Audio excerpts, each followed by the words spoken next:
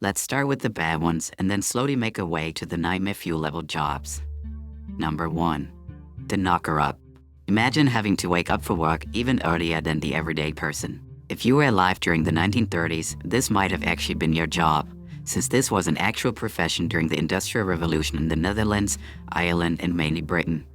The job of the knocker-up was essentially to wake people up so they could get to work on time, since the well-known alarm clocks of today weren't the thing back then. But because waking up people every day was a bit of a pain for the knocker-ups, they developed different methods to actually get the people out of bed. For this, they used all sorts of tools.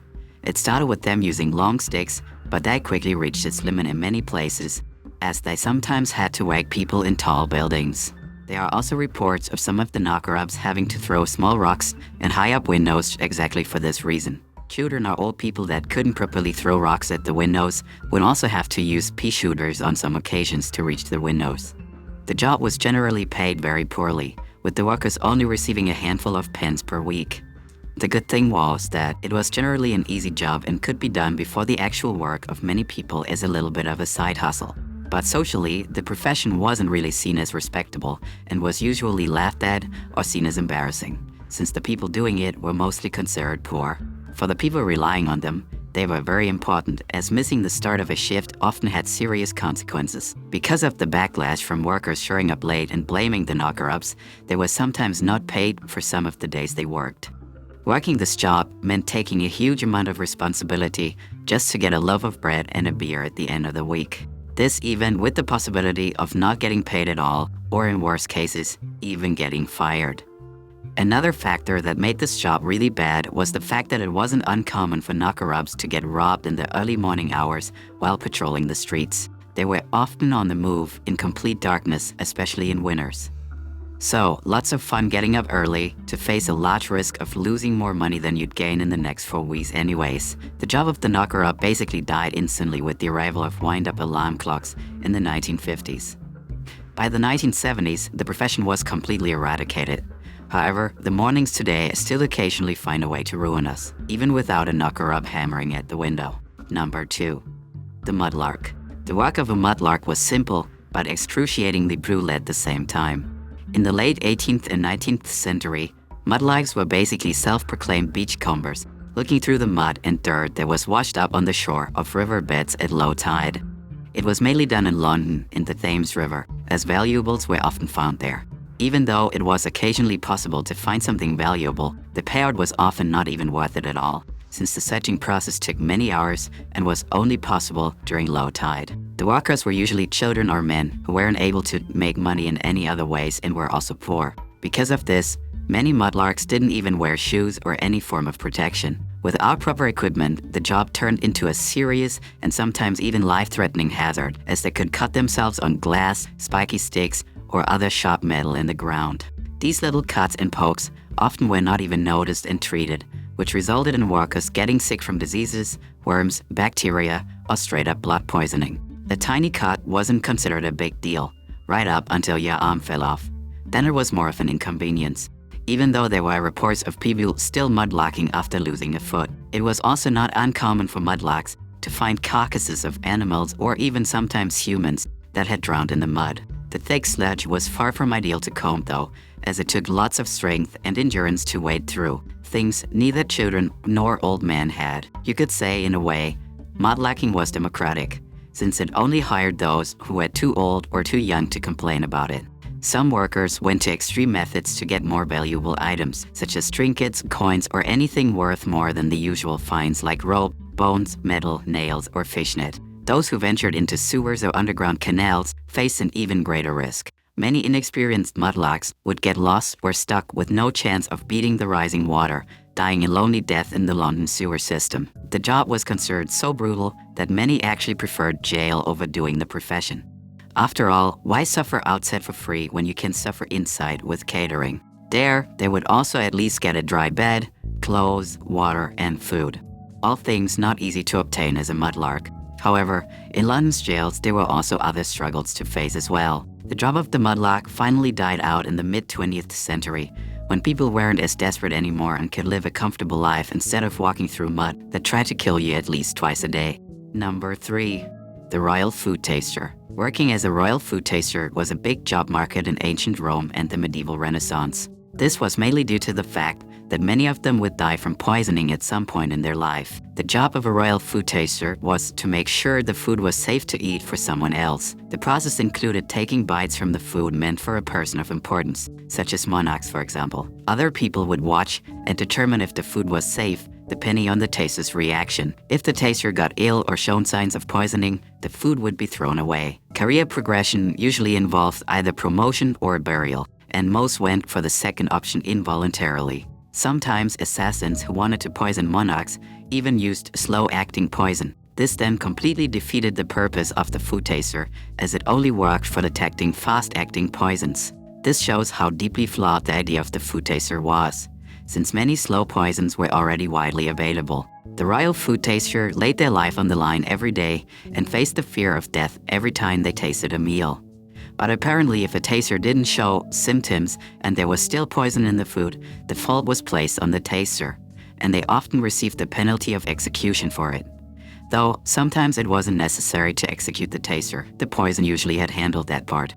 Who got assigned the role of the royal food taster varied widely. Many of the food tasters were slaves, while others were trusted relatives or friends chosen to ensure loyalty. I mean, nothing says, "I trust you," more like feeding your cousin a potentially lethal soup. The role created extreme stress and anxiety, since workers never knew if the next meal would send them to an early grave. There were also food tasters who were human.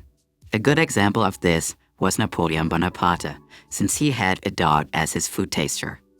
Napoleon wasn't a big fan of dogs, but after one saved him from drowning off the coast of Elba, he warmed up a bit towards them. Rewarding the dog with a job where it could die at lunch apparently seemed right to him.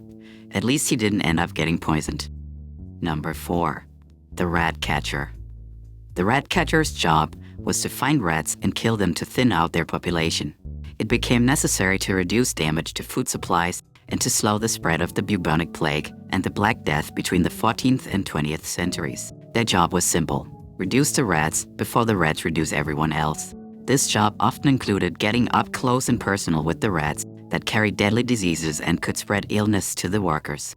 To reduce the rodent population, they often had to go into tunnels, sewers, and cellars to set up traps or fight rats directly. Getting bitten by a rat was common, but even without a bite, the fleas on rats could spread the disease. Since working meant getting personal with the Black Death on a daily basis, many of the rat catchers actually died gruesome and horrible deaths to the Black Plague. But rat catchers got close enough to the plague to practically be on first-name basis with it. The fleas on dead rats' bodies were often still alive, making the carcasses of the rats dangerous even after death. In some extreme cases, workers submerged dead rats in gasoline to kill off the fleas before handling them. The methods and tools that were used ranged from simple mouse traps, gloves, knives, and buckets, to even using gas poison in some cases, which could also kill the rat catchers themselves if they weren't careful. Ferrets and dogs were also trained to flush rats out of hiding spots and then kill them afterwards. Even though it was an excruciating job, the pay wasn't bad at all. Catchers were commonly paid per dead rat, which made the work competitive. Many catchers posed with the number of rats killed, or how many they could kill in a certain time frame to attract more clients. There were also reports of people even breeding rats to sell them as adults to trick the system. Number 5.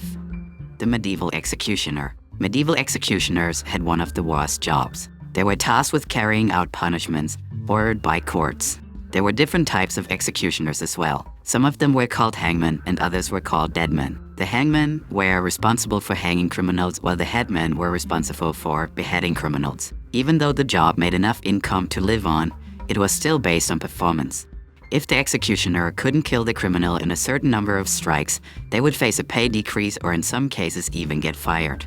This meant that they actually had to be very good at killing people, and they had to learn it from childhood on. Imagine growing up in harsh conditions and then being told you'd have to kill people and train it on animals throughout your whole childhood. Most kids played with wooden swords, but executioner kids played with wooden necks. Very different childhood memories. This wasn't exactly the fulfilling life that you'd hope for, but someone had to do the job. Being told at the ripe age of 8 that your career path is decapitation and you couldn't do a thing about it, well, that just set people up for life.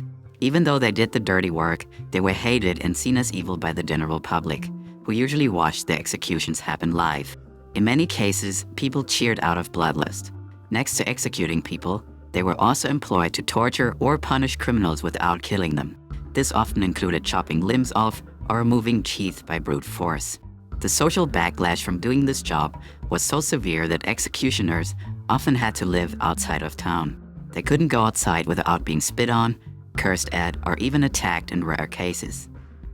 Mentally, executioners became strained and began to lose empathy over the first years, or even sometimes months, of their employment.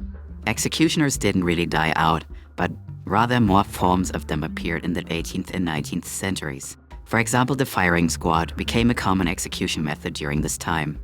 However, being an executioner, forced to kill people while being hated for it, still wasn't the worst thing you could do. Number 6. The resurrectionist. Now we start to get into the very odd and weird jobs on the list. A resurrectionist was an actual profession during the 18th and 19th century in England. Their job essentially included the work of a grave robber or a body snatcher. Imagine explaining at dinner that you work night shifts and then just leaving it at that. But there was a twist. They were hired or employed by anatomists and medical students. The key to making it an actual job and not an illegal activity was that body snatchers only extracted the bodies, not any valuables. Since they didn't take anything of monetary value, they fell into a legal gray area and couldn't easily be charged.